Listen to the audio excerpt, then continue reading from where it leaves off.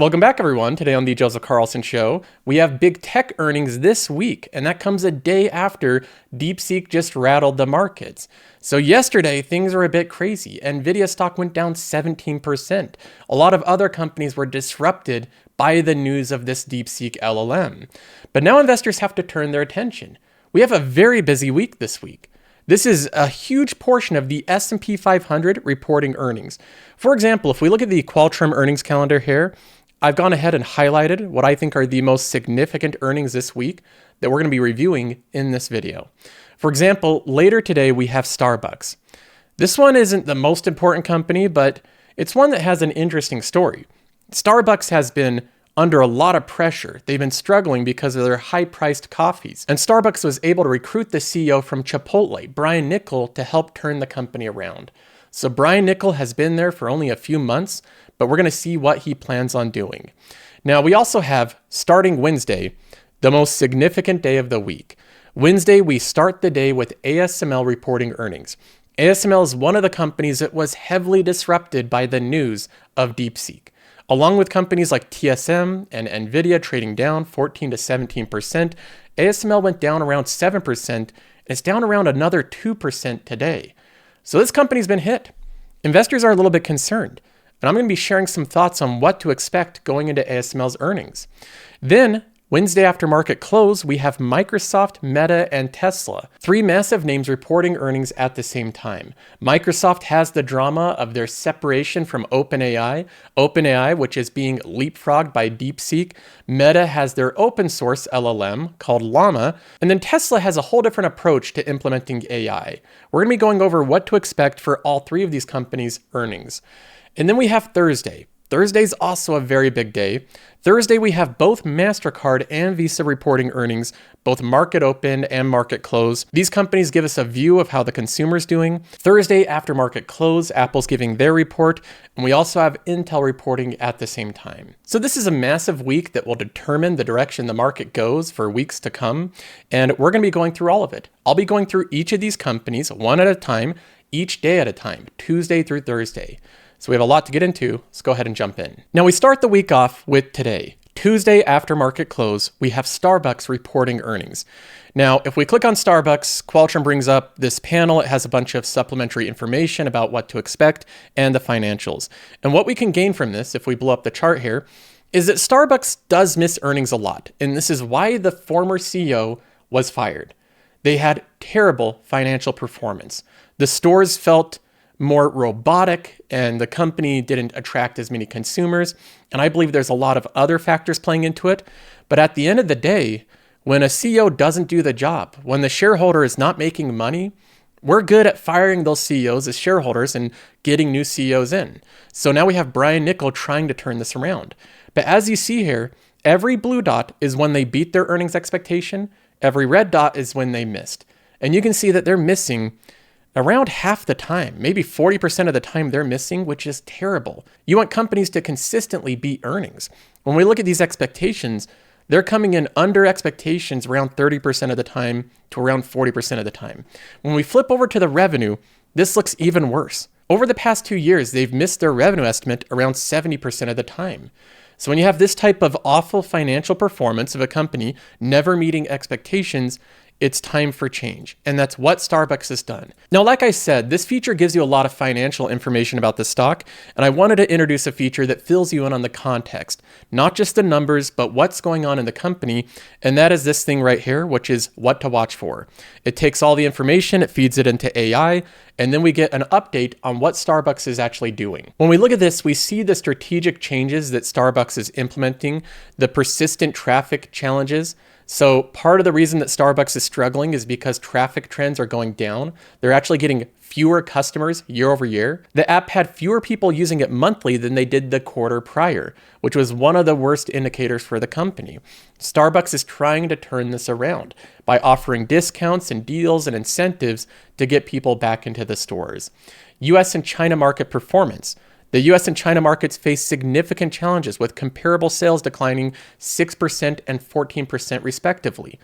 This was just a disaster for this company. And a big thing that the CEO mentioned, Brian Niccol, that he's planning on changing for Starbucks is making it feel overall less transactional. For example, you go into a Starbucks now, and many of the newer ones feel like it's just a box. You're supposed to go into it, get your drink, and leave. You're not supposed to hang out or spend any time there. They've made it feel incredibly transactional when that's not Starbucks' history. Qualtrim mentions that the company is focused on restoring Starbucks to a welcoming community coffee house, which includes a reduction in new store counts and an emphasis on store redesigns. Investors should track the progress of these turnaround efforts, which aim to enhance in-store experience and better align Starbucks' core identity. These are all things that the CEO has been talking about. So when we look at Starbucks' earnings report today, we should be paying attention to those initiatives. Is Brian Niccol laser focused on enhancing the experience of the Starbucks locations? And I also think we should be tracking their usage, their growth over time. For example, the 90-day active rewards member is a huge key performance indicator for this company. It's been growing over time steadily for years, and then suddenly it hit a wall a year ago, and it's been completely flat. We need to see this go back up. This is the secret bank that Starbucks has. It's their secret weapon, having 30+ million people use their app and upload their money to that app. When I look at Starbucks today, I think it's a decent company and a decent turnaround play, but I'm still concerned about the fact that there's so many companies competing for their market share, so many caffeinated beverage companies that weigh on their pricing power. So the only company that I have right now that's remotely close to Starbucks is probably Texas Roadhouse. This one's, well, it's somewhat close, but it has some key differences. I think the Texas Roadhouse is just a bit more unique. There's fewer competitors offering steaks at a reasonable price than there are companies selling you expensive caffeine. If I had a bet right now, I think Starbucks' earnings will be okay. Investors' expectations are already rather low leading into them. Brian Niccol has been pretty good at setting those expectations, so I think there's room for Starbucks to paint a better future and hopefully get back on track. But we'll have to wait and see. Moving on from Starbucks, we get into Wednesday, and this is where things really heat up. Before market open, we have ASML, which of course is one of my new holdings. And this one's been struggling. It's been struggling to keep above 600 into the 700 range. I've been buying into the company new. In fact, it's in my tech category here. I have ASML that's now a $31,000 position, currently $1,700 in the red. Since buying this one, it's swung back and forth between the red and the green, as companies typically do when you first buy in. Now, as we look at this company, before we dive into what to look for and all the key developments, I first want to just mention specifically how I think DeepSeek news impacts ASML. I don't think that the DeepSeek news is going to have a material impact on ASML in the long term. If you look at the way that ASML is situated, and you look at this in terms of a hierarchy or a funnel, ASML sits at like the very top.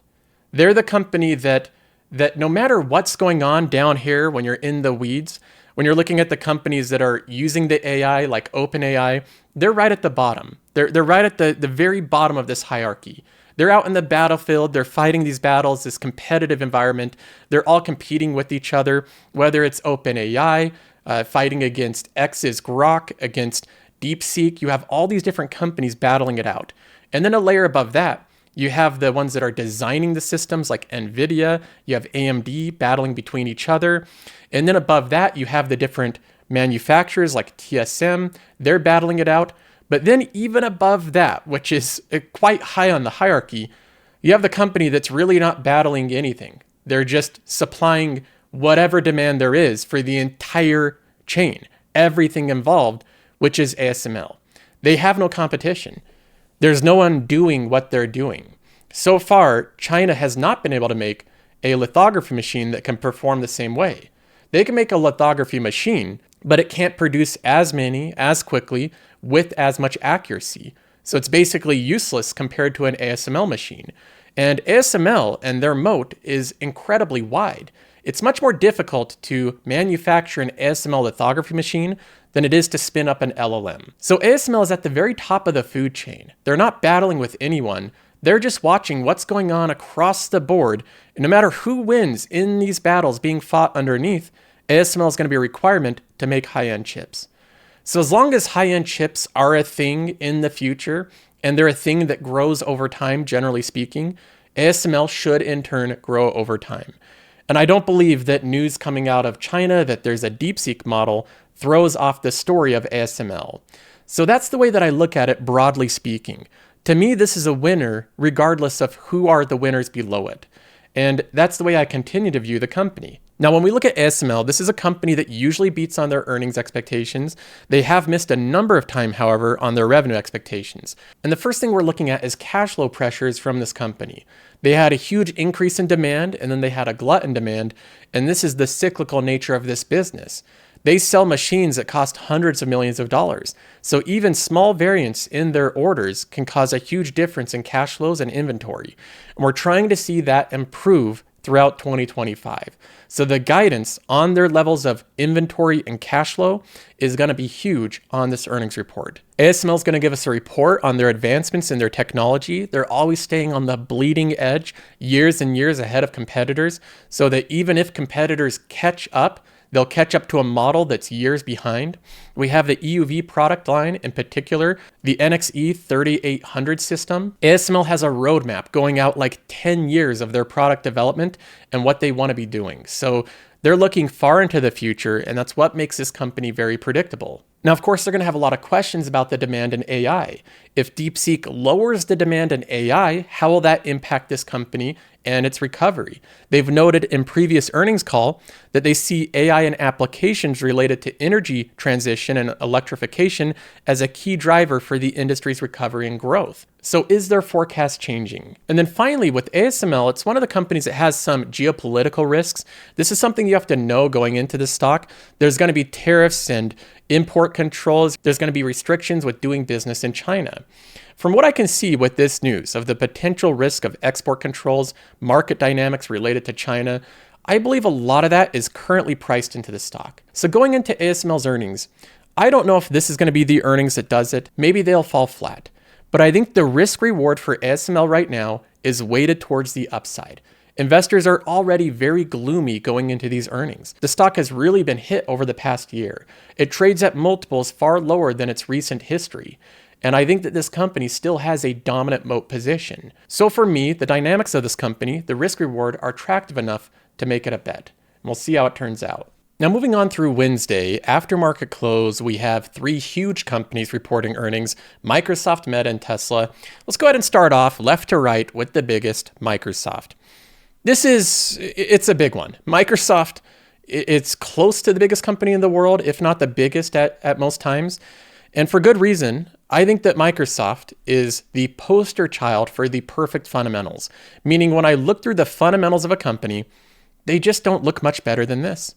In terms of cash balance and ratios and margins, dividend growth, share buybacks, return of capital policy, earnings per share, free cash flow, everything looks rather perfect.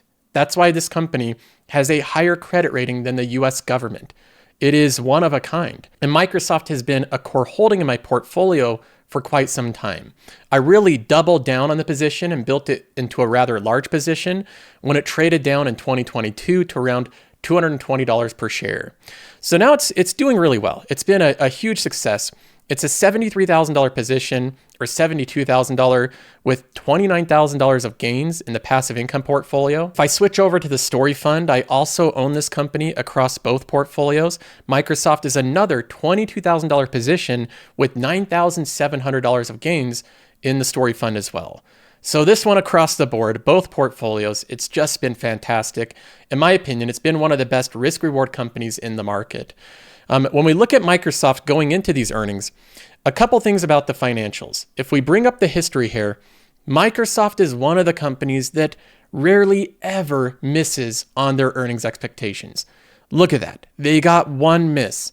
Q3 of 2022, they missed. And if we look at how much they missed, it is a slight miss, right? I mean, even if you're nearly perfect, this one just had a slight miss, not a big deal, and they're right back on track.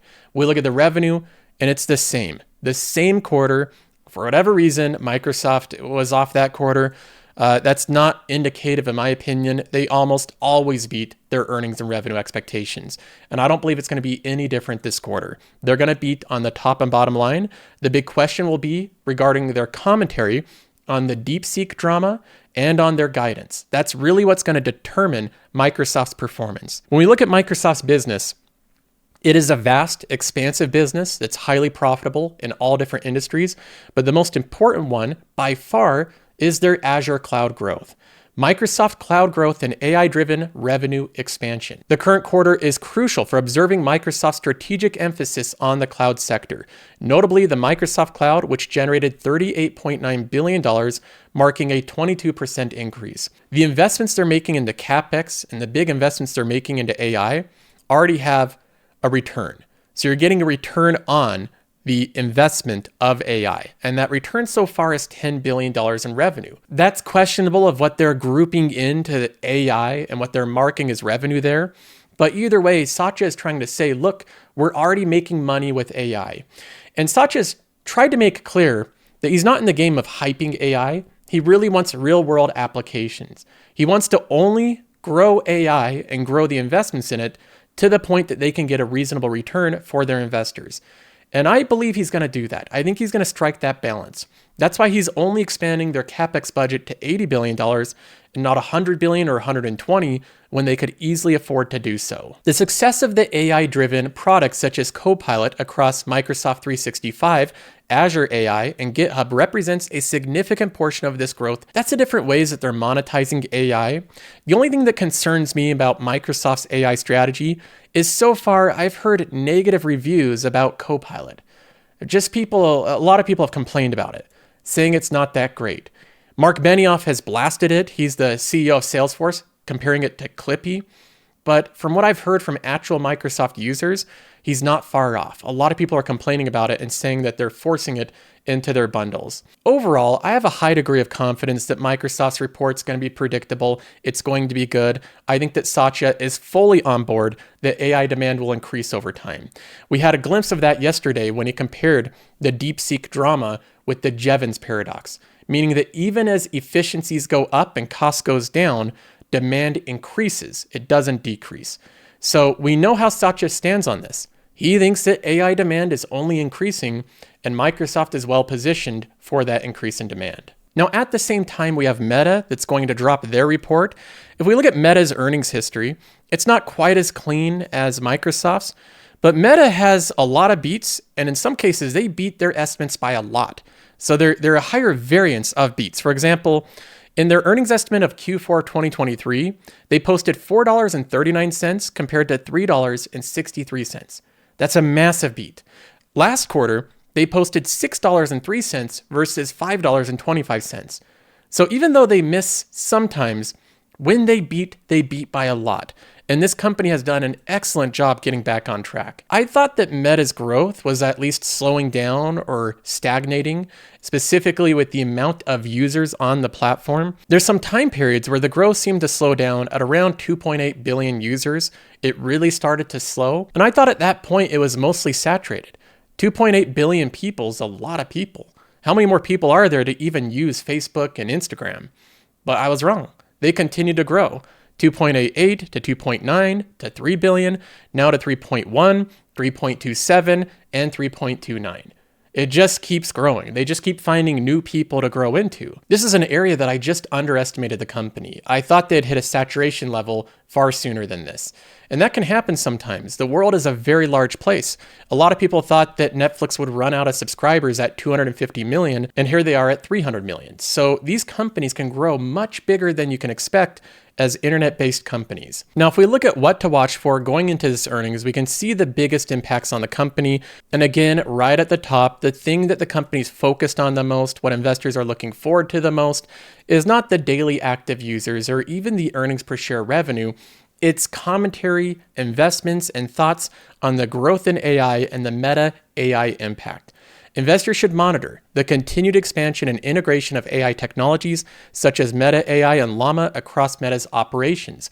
This quarter has shown significant growth in AI-driven interactions and ad creation, resulting in improved user engagement and higher ad performance. Meta was one of the companies, ironically, that benefited the most from artificial intelligence. They improved the accuracy and performance of their advertising a huge amount.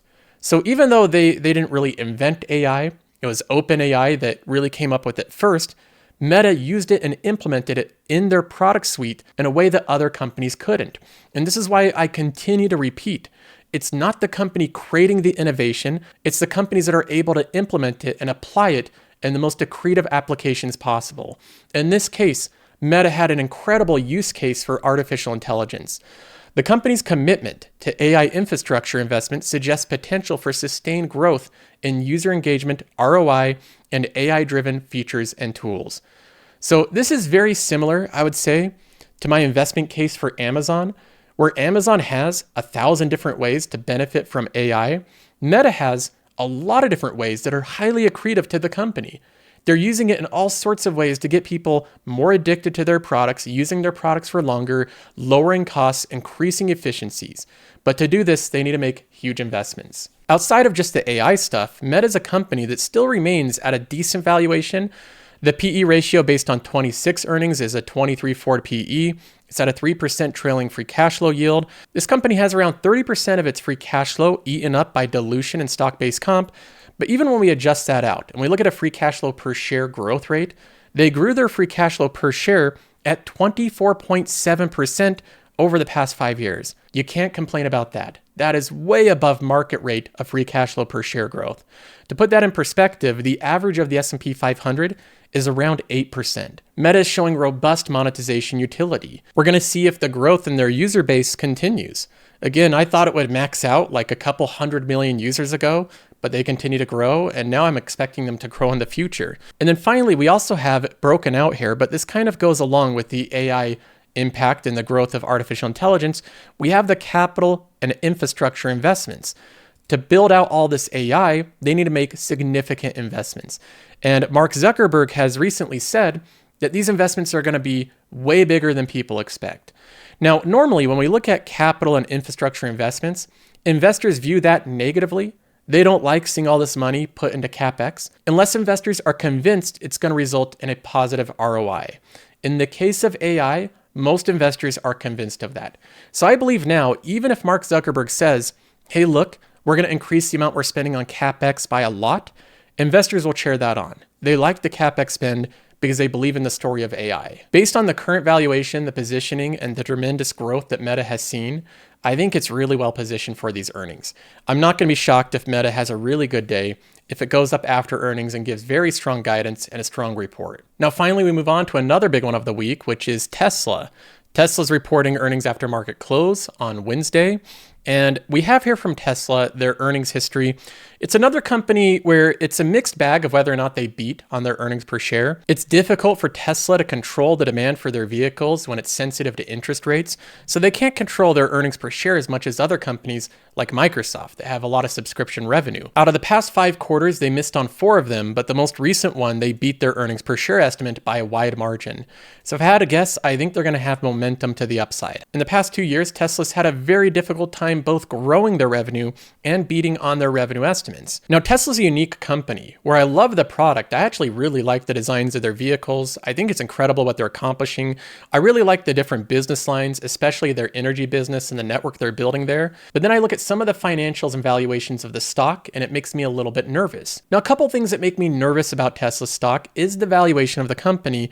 Just on a shorthand basis, when we look at forward multiples, Tesla trades at a 95 forward PE based on 2026 earnings estimates. Now, I'm not in the camp where I believe that you should value a company purely based on next year's multiple. So I don't rule out companies just because next year's multiple looks expensive.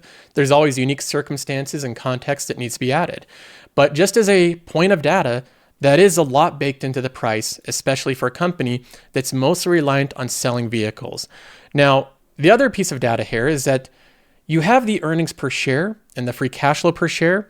On a free cash flow per share basis, for every $395 you're paying to purchase 1 share of Tesla, you're getting back $1 in cash flow per year.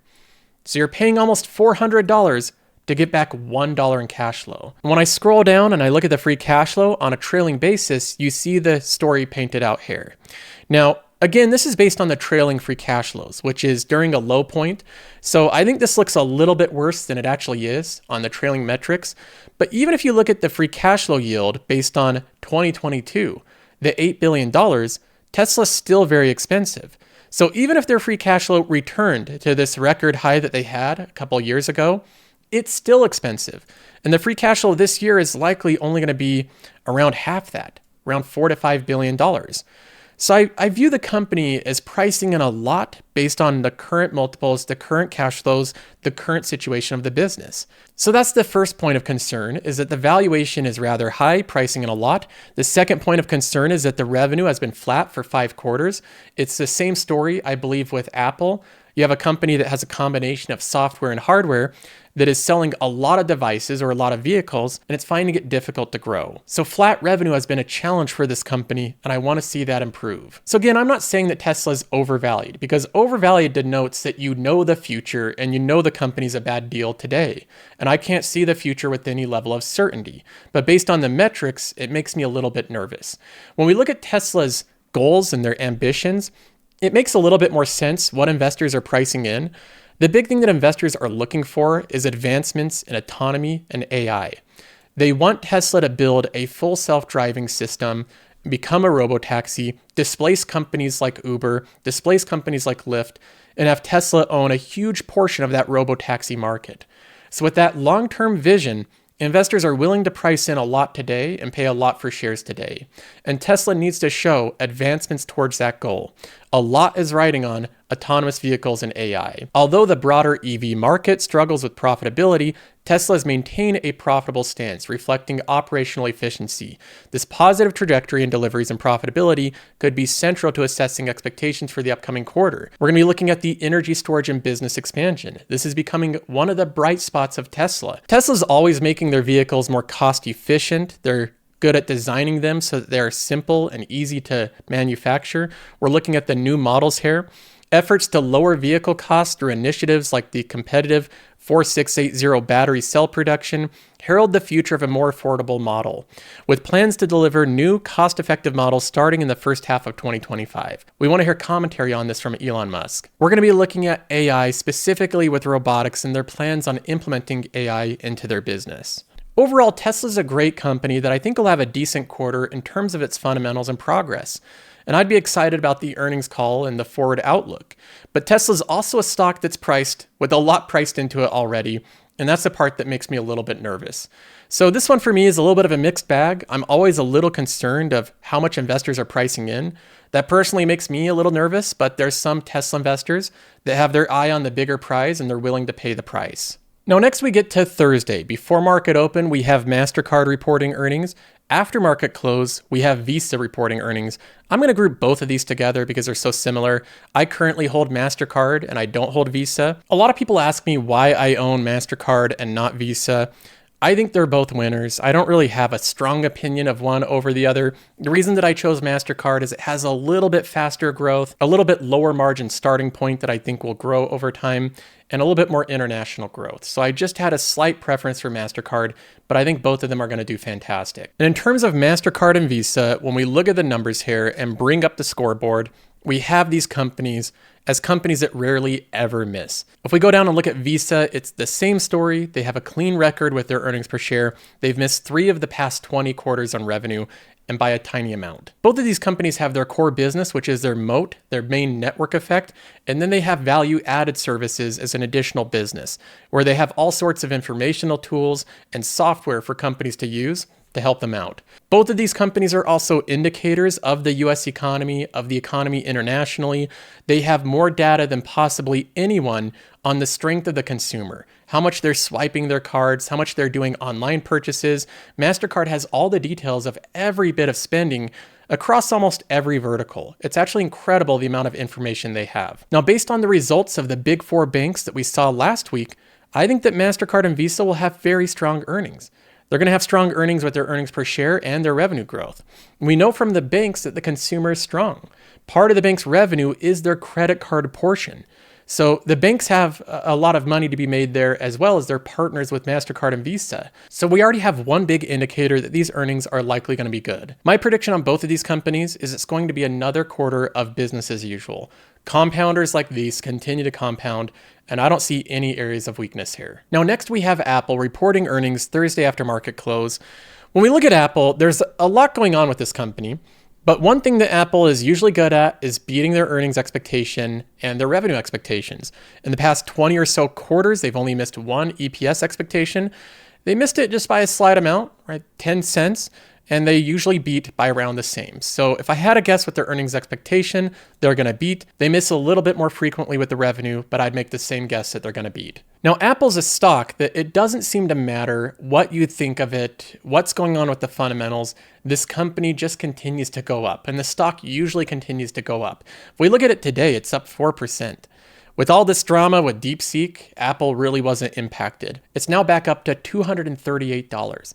What an incredible company. And again, it doesn't really matter what you think about this company. Apple usually finds a way to do well. The PE ratio is rather high, especially based on its history. The free cash flow yield is lower than its average history. So based on the history of the company, the multiples have increased. The valuation of the company's gone up. And it's also increased in valuation at a time where the growth has slowed. Now, this is the exact opposite of what you typically see. Usually multiples expand for a company when it's seeing increased levels of growth. But Apple's multiples are going up as growth is slowing. And that's what makes me a little bit nervous about the company. The revenue has been flat for the better part of 2 years. We can see the revenue at $386 billion in Q1 of 2022 and $391 billion last quarter. Almost no growth over the past couple of years. Apple's an incredibly profitable company, so they pile their money into buybacks.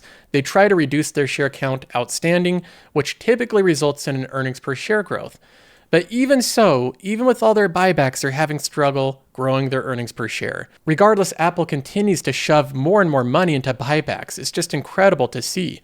If we look at the past 5 years, they're averaging above $100 billion returned to investors by the combination of dividends and buybacks every single year. Just an incredible stat from this company. No one else is doing this consistently on this level. Now, I've owned Apple stock for over 7 years. It's one of the first investments I made. In fact, it was one of the first buys I did in this very portfolio.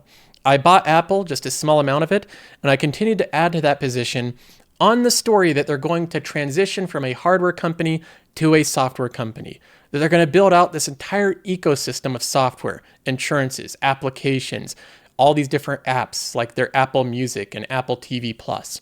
And that story has played out over the past 5 years. The gains have come in. This has been a company that I've earned $34,000 in gains, but I've now reduced my position down to a $10,000 position. When we look at the story with Apple and we look at what to expect this quarter, of course, investors are going to pay attention to the revenue, the growth in sales, the amount of revenue in all their various segments. We want to see revenue start to grow again. It's been flat for a couple of years. Investors should expect service revenues to continue growing. I have a couple concerns about that, primarily with how they earn their revenue through the App Store. I think it's likely that Apple's going to see more pressure with their pricing and their fee on their App Store. But in terms of the most important part of this company, it's whether or not they can really utilize AI in a meaningful way to drive revenue growth, sales, and earnings for this company. We know about Apple Intelligence, and so far, the reception has been mixed. Some people like some features, but overall, I think it's been a little bit disappointing. We have here that with the rollout of Apple Intelligence and AI features, Apple is poised to redefine user interactions across devices.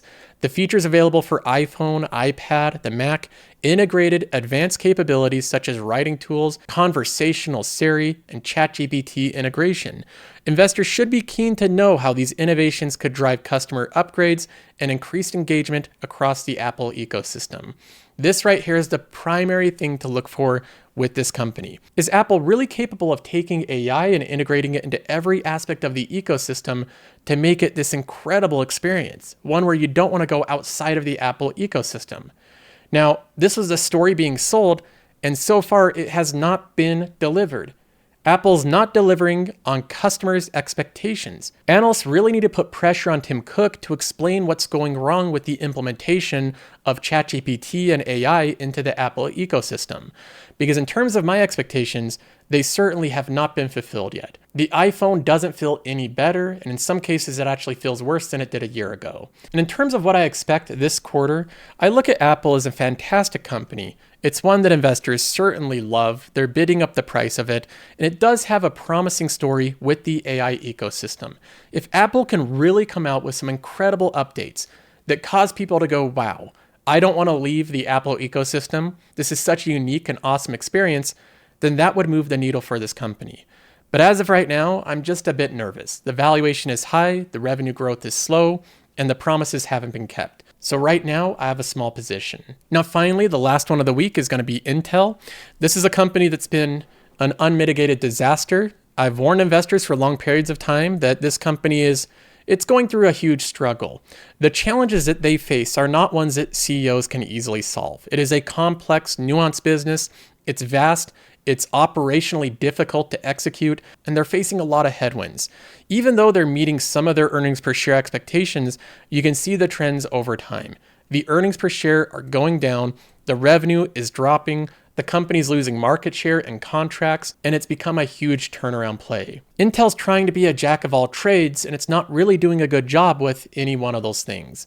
So I look at this company as still one that I would avoid. Now with companies that have depressed stock prices like Intel, it's not uncommon for them to have a big 10% up day, a big day where they exceed investors' expectations, and all of a sudden it looks really good. But I think that's how a lot of good investors get suckered into buying poor quality companies. You're buying into a company that's gone down 70% over the past 5 years. So for me, Intel's still an avoid. That's going to be it for this episode. Hope you enjoyed. See you in the next one.